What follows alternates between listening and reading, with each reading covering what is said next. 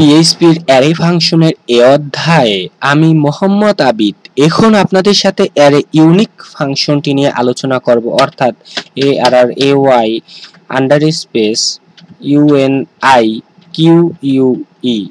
Array unique ফাংশনটি নিয়ে আলোচনা করব। আমরা এই অ্যারে ইউনিক ফাংশনটির মাধ্যমে একটি নতুন অ্যারে তৈরি করতে পারি। যেহেতু আমরা একটি নতুন অ্যারে তৈরি করব, সুতরাং আমাদের নতুন অ্যারেটির আমরা একটি নাম দিতে পারি। আমরা নাম দিতে পারি রেজাল্ট, অর্থাৎ আমরা আমাদের নতুন অ্যারেটির নাম দিতে পারি ভেরিয়েবল রেজাল্ট।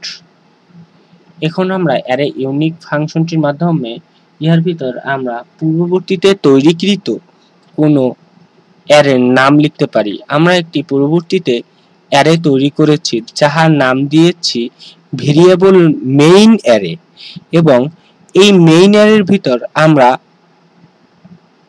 কিছু আইটেম রেখেছি। এখন আমরা যদি আমাদের এই অ্যারে ইউনিক ফাংশনটির ভিতর আমরা মেইন অ্যারে রাখি, তাহলে আমরা এখন এই রেজাল্ট ভেরিয়েবলটির ভিতর যে অ্যারেটি রাখবো তাহার আইটেম সংখ্যা কি কি পাবো।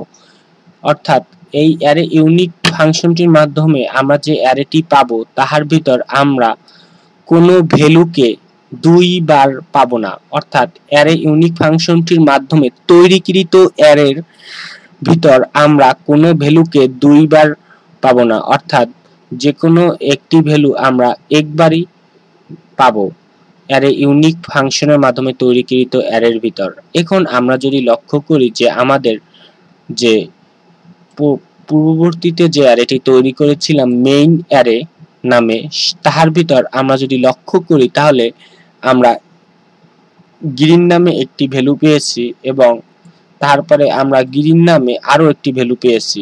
অর্থাৎ মেইন অ্যারের ভিতর আমরা গ্রিন নামে দুটো ভ্যালু পেয়েছি। আবার যদি লক্ষ্য করি আমরা মেইন অ্যারের ভিতর রেড নামেও দুটো ভ্যালু পেয়েছি। সুতরাং আমরা এখানে যদি আমরা আইটেম সংখ্যা দেখি তাহলে আমাদের আইটেম সংখ্যা হলো একটি, দুটি, তিনটি, চারটি, পাঁচটি। কিন্তু আমরা এখানে যে রেজাল্ট ভেরিয়েবলটি তৈরি করেছি ইহার ভিতর আমরা আইটেম সংখ্যা পাবো তিনটি। যেহেতু আমাদের দুটো আইটেম কমে যাবে, অর্থাৎ রেড নামে যে আইটেমটি রয়েছে তাহা আমরা ব্রাউজারে একবার পাবো, এবং অর্থাৎ আমাদের রেজাল্ট নামে যে ভেরিয়েবলটি রয়েছে ইহার ভিতর যে আমরা অ্যারেটি সংরক্ষণ করব তার ভিতর আমি রেড একবার নেব, এবং গ্রিন নামে যে ভ্যালুটি রয়েছে ইহাকেও আমি একবার রেজাল্ট ভেরিয়েবলের ভিতর সংরক্ষণ করব। তাহলে আমাদের এই গ্রিন এবং এই রেড এই দুটো বাদ পড়বে। এখন যদি আমি ব্রাউজারে ইহার প্রিভিউ দেখি, আমরা এই রেজাল্ট ভেরিয়েবলটি প্রিন্টার কমান্ডের মাধ্যমে যদি প্রিভিউ দেখি, অর্থাৎ প্রিন্ট আন্ডারস্পেস আর এই কমান্ডটির মাধ্যমে যদি আমরা আমাদের নতুন তৈরিকৃত অ্যারেটি রেজাল্ট ভেরিয়েবলটি প্রিভিউ ব্রাউজারে দেখি, তাহলে আমরা ব্রাউজারে কি দেখিতে পারিব। তাহলে আমরা মোট আমাদের নতুন অ্যারেটির ভিতর মোট তিনটি উপাদান পেয়েছি, গ্রিন, রেড, ব্লু।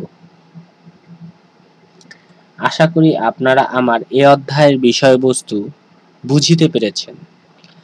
আর আপনারা যদি আমার টিউটোরিয়াল দেখে কিছু শিখে থাকেন তাহলে আমাকে একটু সাপোর্ট করার জন্য আমার চ্যানেলটিকে সাবস্ক্রাইব করুন।